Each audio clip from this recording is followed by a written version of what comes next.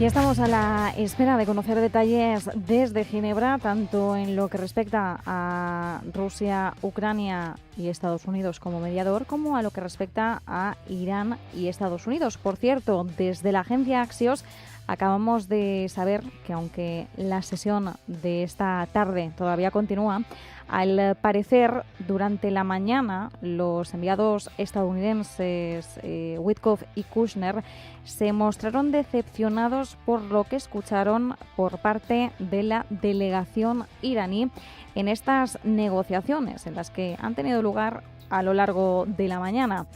Algo de tensión que se deja entrever mientras todavía no han terminado ninguna de las dos cumbres. Vamos a ver cuáles son las expectativas que podemos manejar. Hablamos con Emiliano García Coso, es profesor de Derecho Internacional y Relaciones Internacionales de Comillas y CADE. Emiliano, ¿qué tal? ¿Cómo estás? Muy buenas tardes, Marta. Pues como tú bien dices, con expectativas o expectante, pero en modo frío. En modo frío, ¿por qué, Emiliano? Pues porque si atendemos a las declaraciones, en el caso de Irán, Estados Unidos, atendemos a las declaraciones que hizo el secretario de Estado Marco Rubio en St. Kitts and Nevis, pues no solamente están interesados en el programa nuclear, sino especialmente también en el programa de misiles balísticos. Y ya hemos visto que tanto por activa como por pasiva el régimen iraní ha dicho que lo único que está dispuesto a negociar, siempre y cuando haya una flexibilización de las sanciones económicas, sería la cuestión del programa nuclear. Por lo tanto, y si tenemos en cuenta también que hoy de Creta, en Creta, Grecia, que es donde estaba atracado el Gerald Ford, pues ha salido del puerto, pues es más frío que calor lo que puede anticipar la situación. Sí, no, desde luego. Además que probablemente este sea el último cartucho antes de una posible escalada que nos lleve a una intervención por parte de Estados Unidos. Entendemos que conjuntamente con Israel, se decía, Emiliano, y a lo largo de los análisis que hemos hecho esta semana parece que hay cierto consenso, que de esta cumbre de Ginebra solo hay dos respuestas posibles: o sí hay acuerdo o no hay acuerdo, y un no acuerdo entendemos que llevaría a que Estados Unidos utilice ese músculo militar y ese despliegue naval y aéreo.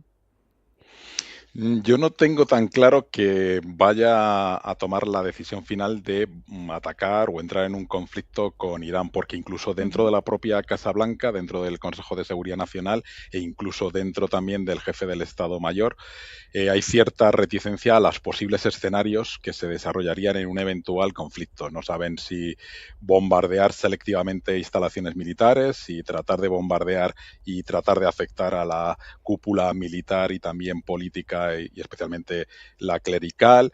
No saben si dar otra oportunidad a la diplomacia. Es decir, que hay muchos escenarios abiertos que en una lectura interna por parte del señor Trump, que tampoco ha salido muy victorioso dentro de su discurso del Estado de la Nación, pues hace que sus feligreses, nunca mejor dicho en estos términos, pues cada vez tengan más dudas de los incumplimientos electorales que hizo el señor Trump y que, entre otras cosas, implicaba no implicar a Estados Unidos en una guerra en un país extranjero. Entonces, yo no tengo tan claro que así ocurra. En las conversaciones de hoy, Irán ha dicho que está dispuesto a la parte específica de ver cómo hay una supervisión del control del uranio enriquecido al 60% para uso civil. Parece ser que las conversaciones, porque como es a través de Oman, pues han tenido que hacer consultas a Teherán, parece ser que estarían dispuestos a esa supervisión, pero no a renunciar, que es lo que pretendía la administración Trump, indefinidamente a un enriquecimiento para uso civil del uranio, y tampoco estaban muy dispuestos en entregar el uranio actualmente enriquecido a un tercer estado neutro para que garantizar esa neutralidad absoluta. Entonces, hay muchas variables abiertas y son difíciles de cerrar, tanto desde la perspectiva iraní, que la línea roja es no hablar del programa de misiles balísticos, lograr esa reducción de las sanciones económicas, que es lo que está asfixiando al régimen iraní, y ver qué pasa si volvemos al 2015 con el acuerdo de supervisión de las instalaciones nucleares, o por el contrario, Estados Unidos consigue que efectivamente cedan ese uranio enriquecido, porque ya han dicho por activa y por pasiva que no lo van a utilizar para una perspectiva meramente de armamentística. Entonces, bueno, muchas incógnitas tanto desde la parte de Estados Unidos como de la parte iraní. Ujú. Claro, teniendo en cuenta esta lectura, Emiliano, el escenario más positivo, el más negativo, bueno, pues hablaríamos de un ataque, no sabemos en qué términos, ¿no? Pero algo que nos llevará a una tensión ya sobre el terreno, más allá de la tensión retórica o diplomática. El escenario más favorable que podríamos esperar es que efectivamente haya un acuerdo, ¿no? Un acuerdo en el que ambas partes estuvieran conformes, pero claro, como bien decías, nos estabas recordando ahora las líneas rojas, y es que Estados Unidos quiere ampliar los temas sujetos a ese acuerdo, e Irán lo limita de una forma muy clara. No quiere hablar de misiles balísticos, no quiere hablar tampoco de su política interna, es decir, líneas rojas muy claras. Entonces, si hoy sí que saliera adelante un acuerdo, claro, ¿en qué términos deberíamos imaginarnos este acuerdo? Pues es harto complicado, porque si tenemos en cuenta esas líneas rojas, a no ser que Estados Unidos pretendiese hacer o flexibilizar sus posiciones, yo creo que Estados Unidos también mantiene férreamente que no está solamente interesado en el programa nuclear, que supuestamente por los bombardeos de la guerra de los 12 días ya quedó suficientemente afectado, sino especialmente en la capacidad de misiles balísticos de Irán. Y si no renunciarán, pues es muy difícil llegar a un acuerdo. Y hay un problema añadido también, que si Estados Unidos finalmente no se llegase a ese acuerdo y decidiese bombardear selectivamente el territorio iraní y hubiese una contestación y marchase relativamente bien para los intereses estadounidenses, nos podemos encontrar con un nuevo Irak, porque recordemos que Irán no es un país unido, hay diferentes grupos, incluidos también los kurdos, el Baluchistán, es decir, que provocaríamos que un país que hasta ahora mantiene una situación de cierta unidad bajo ese régimen dictatorial de los ayatolás, pues se encontraría en una división de país y tendrían el mismo problema que han tenido en Irak, con tres regiones controladas, unos por los suníes, otros por los chiíes y otros por los kurdos, y eso generaría también poca estabilidad. Entonces, yo creo que va a tener difícil solución, y cualquiera de las opciones que adopte la administración Trump, militarmente hablando, no va a ser muy buena. Por lo tanto, yo le daría otra oportunidad a seguir ganando tiempo a través de la diplomacia. Veremos a ver, porque también tenemos esa tercera vía, ¿no? Ni blanco ni negro, gris, va ampliando y ganando algo de margen de tiempo, como bien indicas, Emiliano. Bueno, sería una premisa. ¿Consideras que Trump evitó explayarse algo? Hizo una pequeña mención breve sobre Irán en su discurso de Estado de la Unión. ¿Crees que evitó entrar en detalle, no solo por no adelantar un posible escenario bélico o descartarlo de lleno en un momento en el que estábamos a la expectativa de esta cumbre, sino también por miedo a perder por el camino a parte de su electorado? Sí, sí, estaba claro que la escasa referencia a la situación, digamos, de poderío negociador y de imposición de condiciones a un tercer país pasó prácticamente desapercibida, porque es consciente por las encuestas que una gran parte de su electorado no quiere ver envuelto a Estados Unidos en un conflicto que no sería como la intervención que hizo en Venezuela sin un solo fallecido, sino que lo que tenemos que tener en cuenta es que Irán tiene una capacidad militar, y que una respuesta inmediata a un ataque pues puede provocar importantes daños materiales y humanos en el ejército estadounidense, y volveríamos otra vez a ver las famosas fotos de helicópteros y aviones transportando soldados norteamericanos fallecidos en este enfrentamiento. Por lo tanto, iría en contra de todas sus propuestas electorales, y como en noviembre, el 2 de noviembre, tenemos elecciones, pues eso significaría inmediatamente un castigo por la vía de la política exterior, al que se sumaría todavía que los datos económicos de generación de empleo, de control de la inflación, no son muy bollantes como supuestamente dijo el señor Trump. Cambiando al otro plano que atañe hoy en Ginebra, aquí no tenemos muchos detalles. Por cierto, Rusia, Ucrania y Estados Unidos, qué bueno que está la delegación prácticamente de pluriempleada de un lado para otro.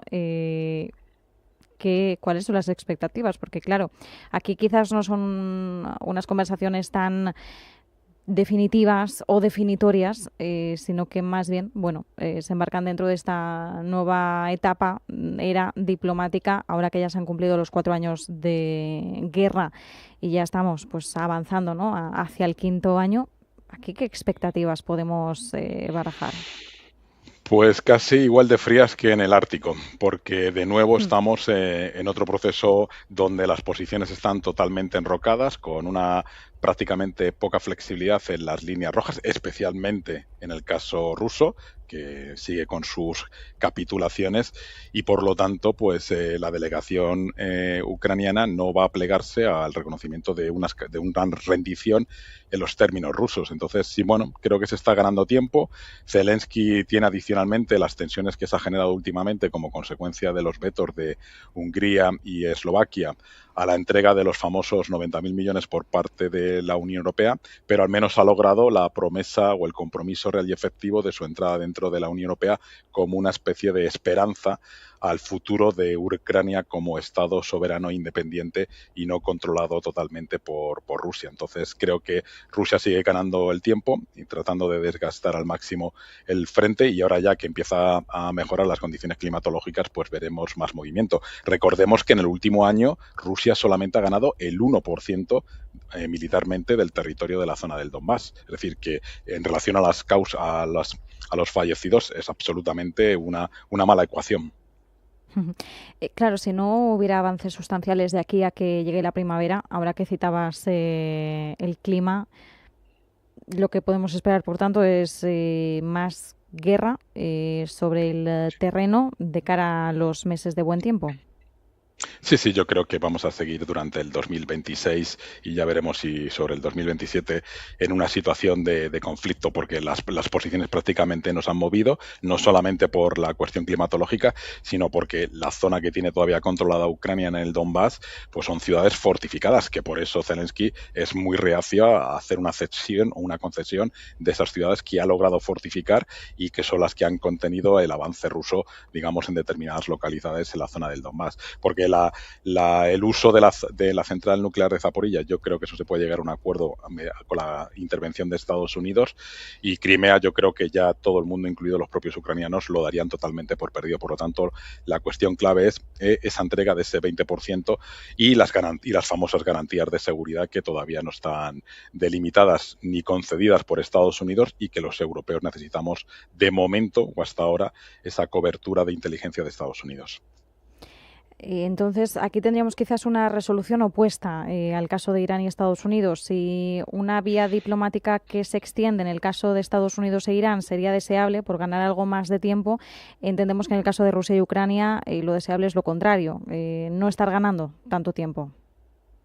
O sea, en el caso de Ucrania le interesa también, digamos, ganar, pero simplemente para intentar implementar ese desarrollo que tiene de su industria de defensa y ganar una cierta autonomía respecto a las compras y dependencias militares que tiene Europa, y Europa comprándoselo a Estados Unidos. Entonces, también le interesa, digamos, ganar ese tiempo, pero en última instancia, como es un régimen que tiene que dar... o sea, es un gobierno que tiene que dar explicaciones ante su parlamento y ante su población. El tema está los muertos que lleva también Ucrania, que es un volumen importante, y que eso Zelensky también se ve repercutido negativamente, a diferencia de Putin, que le resulta indiferente que mueran 3.500 o 30.000 al mes. Ya por último, quería consultarte también, Emiliano, sobre Putin y Lukashenko, el presidente ruso y su homólogo bielorruso, que bueno, ya sabemos, siempre hay una buena relación, siempre se habla de Bielorrusia como satélite de Rusia. Hablan de apoyo multipolar, hablan de sus propias alianzas estratégicas entre ambos países, y Lukashenko decía que la integración entre Rusia y Bielorrusia no tiene precedentes. ¿Es un encuentro que merezca una lectura algo más incisiva? ¿Cómo podríamos calificarlo? Le guste o no a Lukashenko, Lukashenko sigue estando en el gobierno por el apoyo incondicional de Rusia, que automáticamente reprimió cualquier tipo de intento de una primavera en Bielorrusia. Entonces, es jurídicamente hablando, Bielorrusia es un Estado, pero desde el punto de vista de funcionamiento y dependencias económicas, políticas y militares, en el fondo es como si fuese, pues eso, un Estado federado o un Estado que ya es parte de la Federación Rusa y por lo tanto sigue las instrucciones o directrices que le marcan desde el Kremlin, porque sabe que su posición está muy debilitada sin ese apoyo incondicional. Entonces, bueno, pues de facto Bielorrusia es un Estado, pero en el día a día es más bien una parte ya de esa Federación Rusa. Algo reseñable respecto a la postura Rusia-Bielorrusia en este mundo multipolar, porque bueno, es un mundo multipolar, sí, pero en muchas ocasiones hemos hablado de cómo se está reconfigurando el orden global. O sea, Rusia quiere volver a ser un actor global al mismo nivel que Estados Unidos o China, y lo que nunca ha asumido el señor Putin es que tiene un carácter de potencia, pero regional, no mundial. Es decir, ya no está en la liga de Estados Unidos y China, mal que le pesa al señor Putin, y mientras que no acepte ese rol o ese papel, pues va a tratar de seguir desempeñando ese crecimiento de la influencia rusa en toda la zona del Cáucaso y también, por supuesto, con Bielorrusia. Entonces, bueno, veremos cómo evoluciona, pero todo depende de cómo se desenvuelve la guerra con Ucrania, porque Putin no se puede permitir una derrota. Pues con esto nos quedamos, con estas claves, como siempre. Muchísimas gracias. Bueno, y como decimos, pues vamos a estar pendientes, ¿no?, de esas resoluciones. Todavía no sabemos nada. Emiliano García Coso, profesor de Derecho Internacional y Relaciones Internacionales de Comillas y CADE. Muchísimas gracias. Un abrazo. Un abrazo, Marta, y buena tarde. Cuídate.